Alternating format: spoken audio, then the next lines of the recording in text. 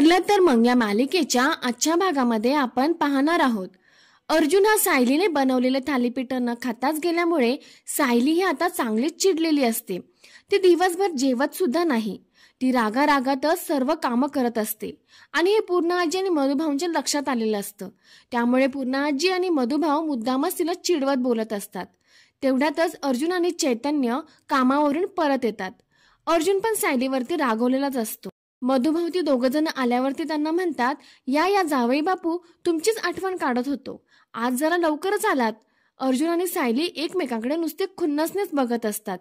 पूर्ण आजी मग मुद्दामच म्हणतात, बाहेर गेला होता ना तुम्ही, जेवलात का? अर्जुन नाही म्हणतो। मग पूर्ण आजी म्हणतात, अजूनही उपाशी आहेस?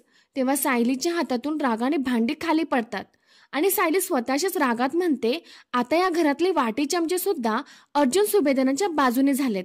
सगळे मिळून छळा मला, माझा कोणी विचारच करत नाही। मग पूर्ण आजी म्हणतात, सकाळची थालीपीठ एकदम खमंग झाली होती। चैतन्य, तू खाल्लीस ना? चैतन्य म्हणतो, कुठे ग, मला एकच घास खायला मिळाला, मला खायचा होता। तेवढ्यातच अर्जुन त्याच्याकडे रागाने बघतो। मग चैतन्य घाबरून म्हणतो, मी सँडविच खाल्लं बाहेर, पण अर्जुनने काहीच खाल्लं नाही, तो जेवला सुद्धा नाही, असं तो मोठ्याने बोलतो। मग पूर्ण आजी म्हणतात, मधुभाऊ, या घरात असे नवरा बायको आहेत जे अजूनही उपाशी आहेत। नवरा न जेवता निघाला म्हणून बायकोही जेवली नाही। हे ऐकल्यावरती अर्जुनचा राग लगेचच कमी होतो। तो लगेच हसतच चैतन्यकडे पाहतो। मग पूर्ण आजी म्हणतात, या नवरा बायकोच्या पोटात पालकाच्या थालीपीठाचा एकही घास गेला नाही। मग अर्जुन इकडे विचार करतो, पालकाचे थालीपीठ म्हणजे ग्रीन, आणि त्याला सर्व समजते। मग आता तर तो एकदमच खुश होतो। मग सगळेजणच एक एक कारण सांगून आपापल्या रूम मध्ये निघून जातात।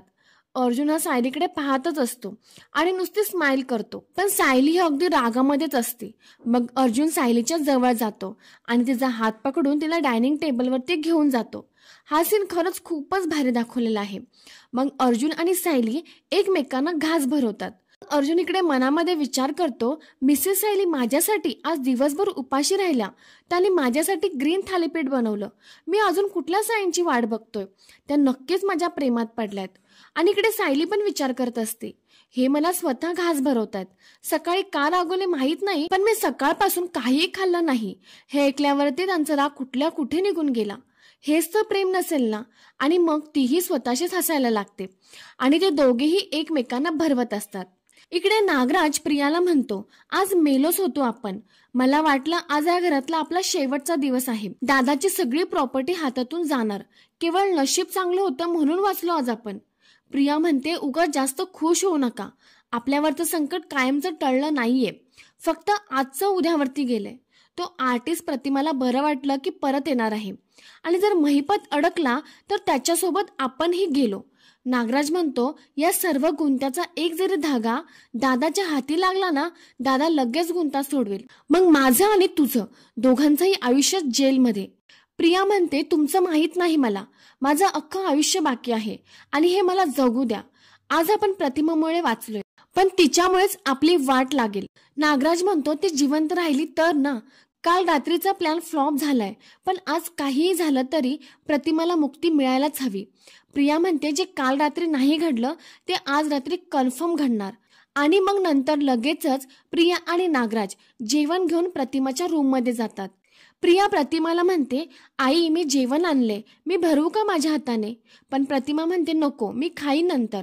प्रिया उगाच इमोशनल व्हायचं नाटक करत म्हणते, ठीक आहे, आईला कदाचित माझ्या हातून खायचे नसेल, पण बाबा निदान तुम्ही तरी भरवा ना तिला। मग रविराजने समजवल्यावरती प्रतिमा जेवायला तयार होते आणि ती सर्व जेवण संपवते।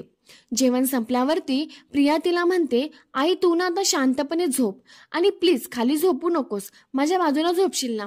रविराजही तिला म्हणतात, हो ग प्रतिमा, हे तुझं हक्काचं घर आहे, हा तुझा हक्काचा रूम आहे, तू जमिनीवर का झोपतेस? तुला जमिनीवर झोपायची काहीच गरज नाहीये। प्रतिमा मग हो म्हणते। तर प्रेक्षकांनो, या सिरियलची अशीच पुढची अपडेट बघण्यासाठी व्हिडिओला लाईक आणि चॅनलला सबस्क्राईब नक्की करा।